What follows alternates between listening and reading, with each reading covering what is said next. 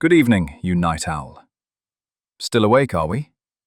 Well, lucky you, because tonight you're about to fall asleep to the soothing story of none other than Jungkook, the golden Maknae of BTS, the boy who grew up with big dreams in a small city, and the man whose voice has melted millions into puddles of purple stardust. So grab your blanket, hug your BT21 plushie tight. I see you with that cookie in bed. And let's float back in time. And hey, if you find yourself smiling or learning something new about our beloved JK tonight, why not tap that like button or subscribe to join us for more dreamy journeys like this? No pressure, just good vibes and sleepy facts. Now, close your eyes, take a deep breath, and let's begin. Chapter 1. Busan Beginnings. Jungkook was born on September 1st, 1997, in the bustling coastal city of Busan, South Korea. Known for its beaches, seafood, and strong regional accent, Busan is a place with grit and heart, much like the boy who would grow up there. Completely unaware he'd one day be the youngest member of the biggest boy band on Earth. He was born at 10 a.m. on a Monday, which, according to some army horoscopes, makes him the kind of Virgo who works hard in silence and lets success make all the noise. That checks out. His family? Small but mighty. Jungkook grew up with his mum, dad, and older brother, Junghyun. He once shared that his mum was a bit of a strict tiger mum, in the most loving way, and his dad? A softie who supported Jungkook's art and ambitions from early on. It's said that his brother often teased him, as older siblings do, but also inspired Jungkook's competitive streak. As a toddler, Jungkook was wild.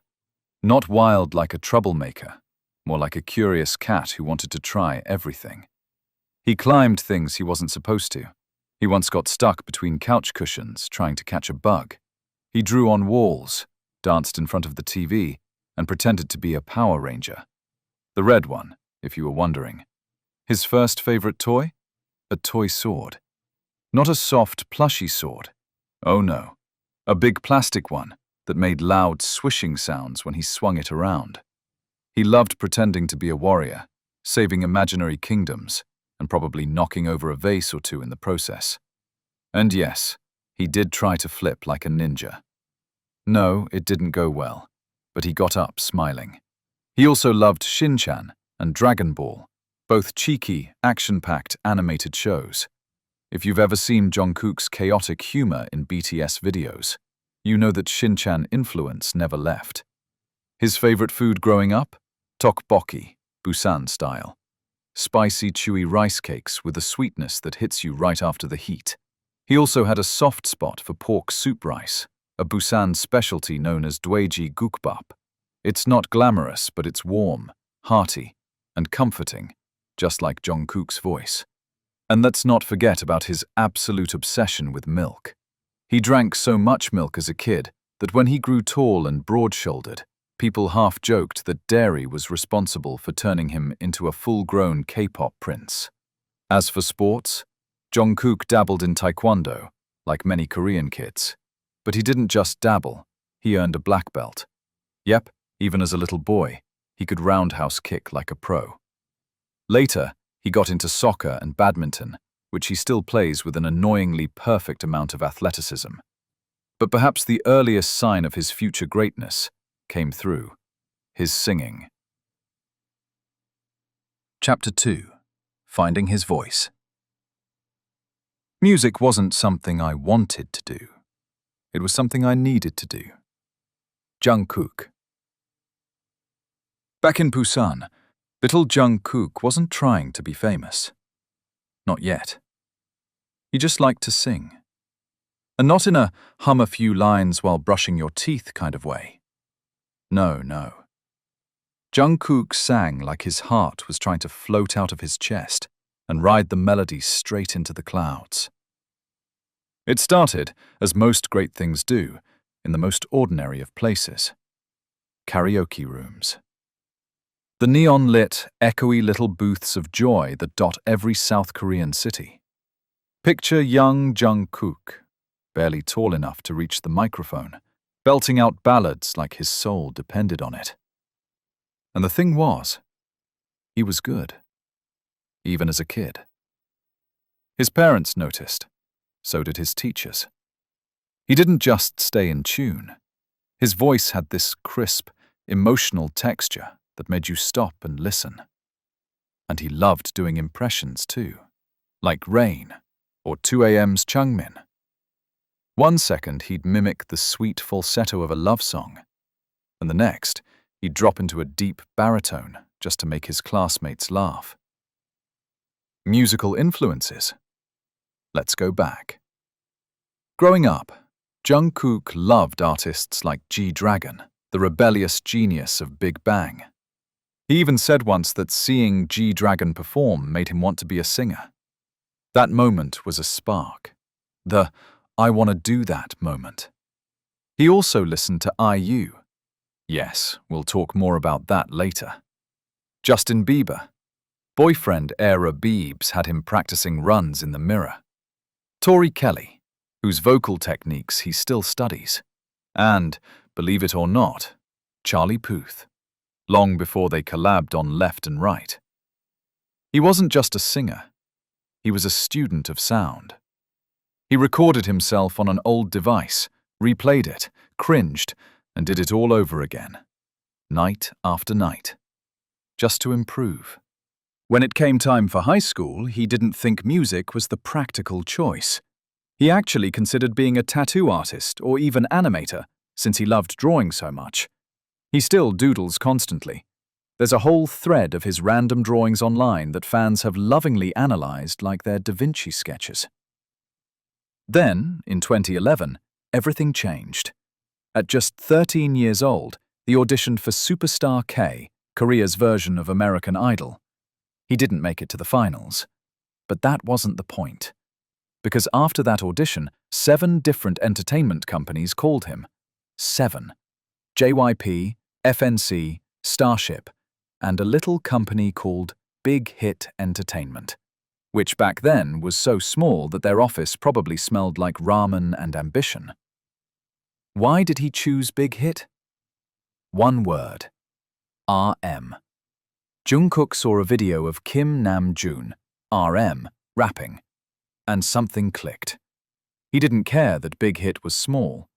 He wanted to grow alongside this guy, to be part of something real, something new. So in 2011, he packed his bags and moved to Seoul. Alone. At 13. No parents, no hometown friends, just dreams, headphones, and an iron will. He joined as a trainee, and for the next 2 years he trained relentlessly. Vocals, dance, acting, even English lessons. He was shy at first, barely spoke.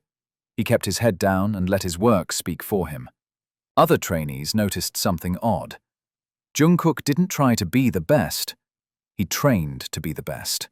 Quietly. Obsessively. He once practiced dancing so hard he literally fell asleep on the studio floor, curled up with his hoodie over his face like a sleepy little burrito. In 2012, Big Hit sent him to Los Angeles to study dance.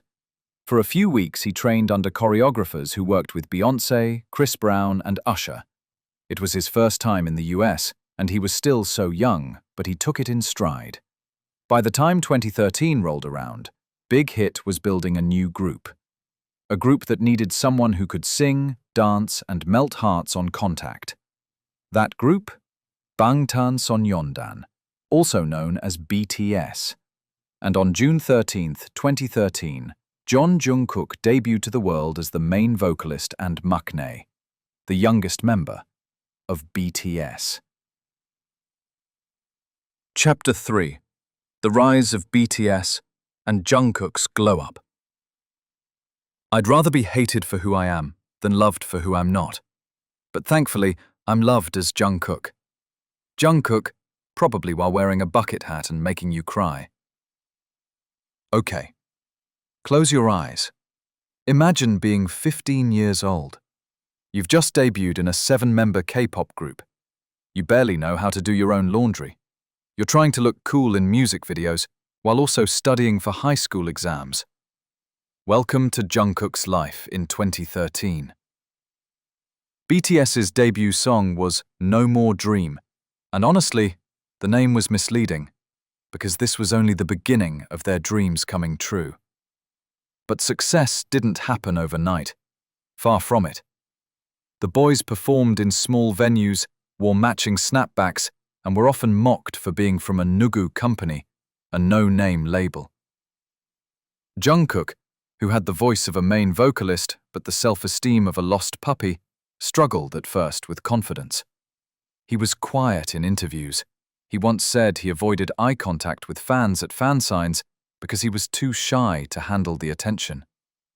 And yet, when he stepped on stage, the switch flipped. His voice? Crystal. His dancing? Sharp. His face? Devastating. Over time, Jungkook became known as the Golden Maknae, a nickname that wasn't just cute, it was accurate. He could sing, dance, rap, don't sleep on those early ciphers, paint, edit videos, box, cook, wrestle hyungs to the ground with scary strength, and casually learn any sport within 30 minutes. Honestly, unfair. Let's talk about that glow-up. Between 2014 and 2016, Jungkook went from adorable bunny to full-blown heartthrob. Like someone pressed the puberty button and held it down too long. Suddenly he was 5'10", jawline like a sculpture, with these dark, expressive eyes that made armies worldwide whisper, "I'm in danger," from behind their screens. But what made Jungkook even more lovable was his goofy, genuine personality. He loved pranking his hyungs, especially Jimin. He laughed like a kid with the hiccups.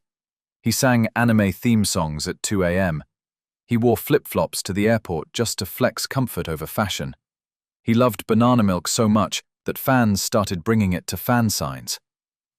Behind the scenes, though, he worked like a machine. He stayed late at practice, re-recorded lines just because he wasn't satisfied.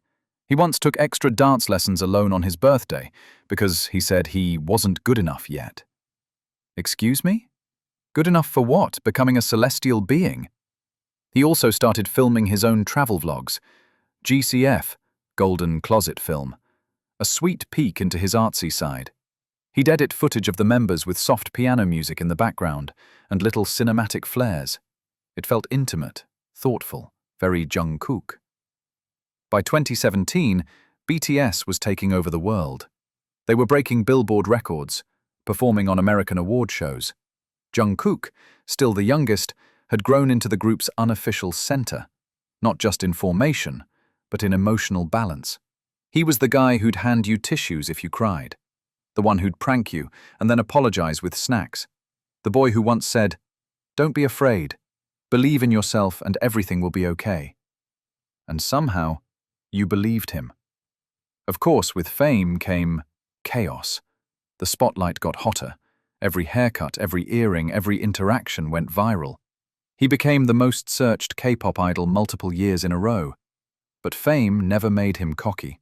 He still bowed 90 degrees to staff, still carried other members' bags, still said thank you after every stage, even if his voice was gone. Because while the world was watching, he was still that Busan boy, still chasing music, still growing.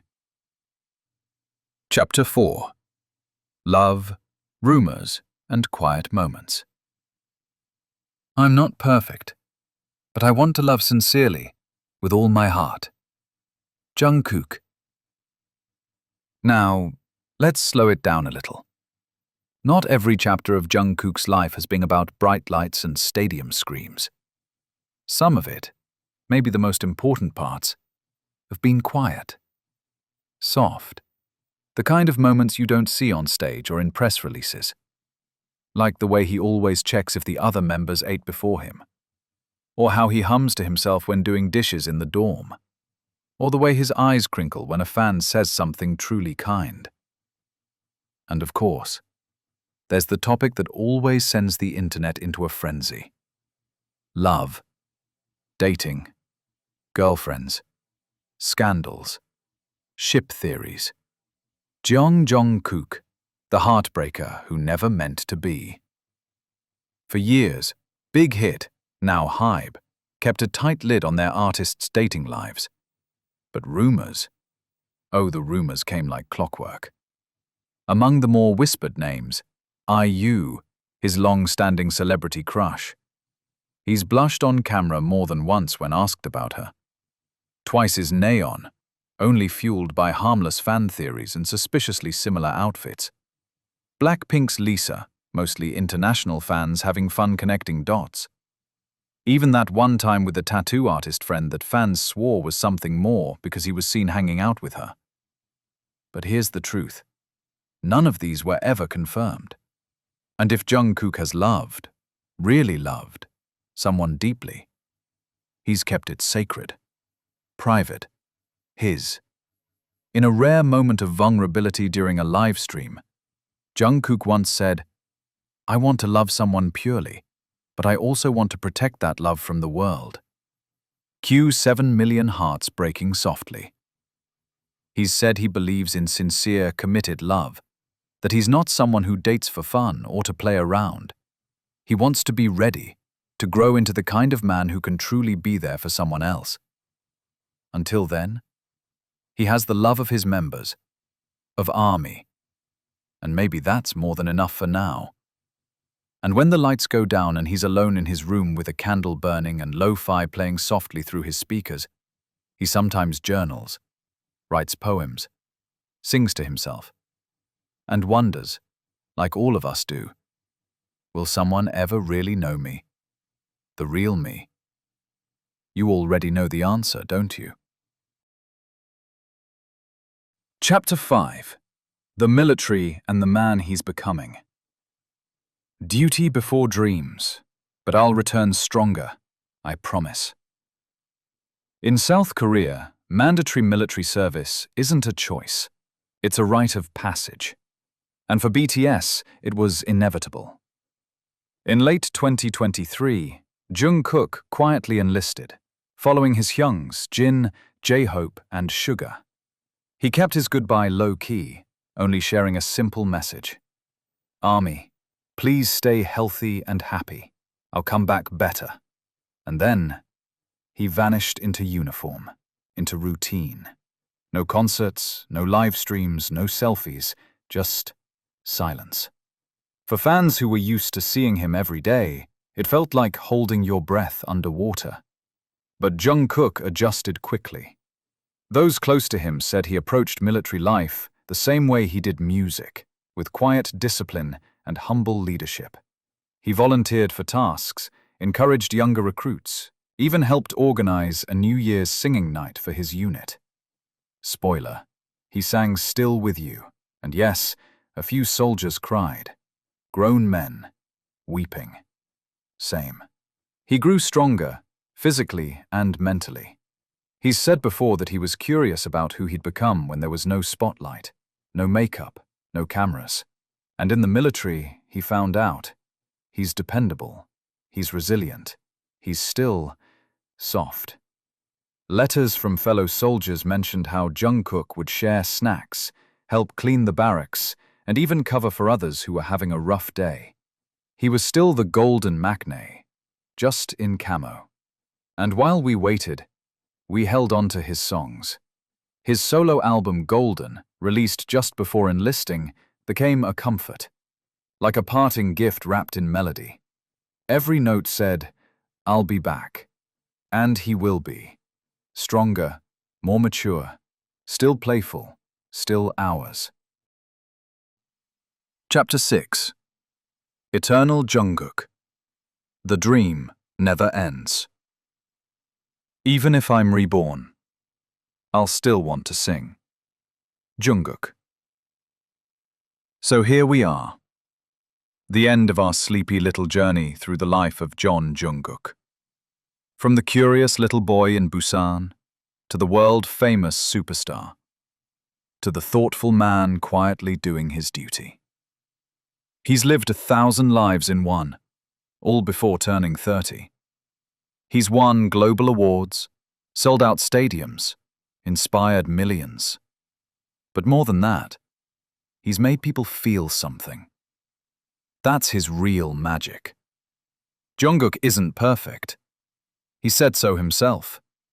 He's messed up on stage, gotten overwhelmed, questioned his worth. But he's real. And through all of it, through the laughter, the tears, the chaos, the quiet, he kept choosing music, kept choosing us. What comes next? Well, he'll return from military service in 2025, reunite with his BTS brothers, maybe tour again, maybe rest, maybe fall in love. But whatever it is, you know he'll give it his all. He always does. And you've stayed by his side this whole time. Maybe you grew up with him. Maybe he helped you through a dark night. Maybe you don't even know why he means so much. He just does.